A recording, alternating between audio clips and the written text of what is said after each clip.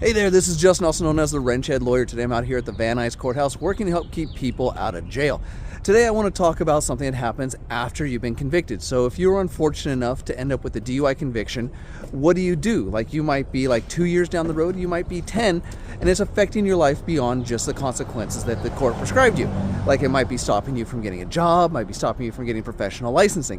What do? Well, there's two ways to go about this, and it'll depend on where you're at chronologically in your probation. The first one is, if you're still on probation, you cannot get your case expunged. You have to finish probation first. Now, there are some exceptions to this. Like, if you find yourself in a situation where you're dealing with job consequences, like I said before, or immigration consequences, we can actually petition to end probation early. Now, this is a little bit difficult because when it comes to being on probation, usually it has to do with a plea deal. And both the court and the prosecutor see this as kind of like a contractual agreement you guys agreed to, and now you're changing the contract. The two big reasons, like I said, why they would actually end probation early, though, is if you're facing immigration consequences or having problems finding a job.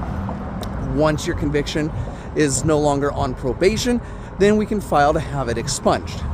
Now, it's easier if you serve your entire term of probation, because if you've done that, we can actually file to have the conviction expunged and removed from your record.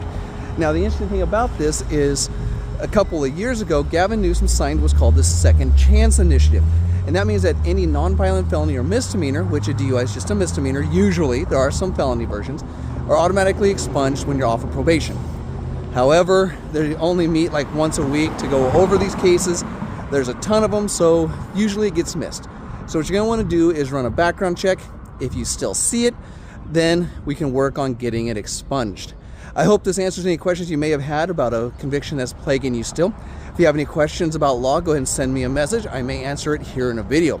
Also, I hope you don't need me, but if you find yourself in the Southern California area and facing criminal prosecution, go ahead and hit me up. I can help you.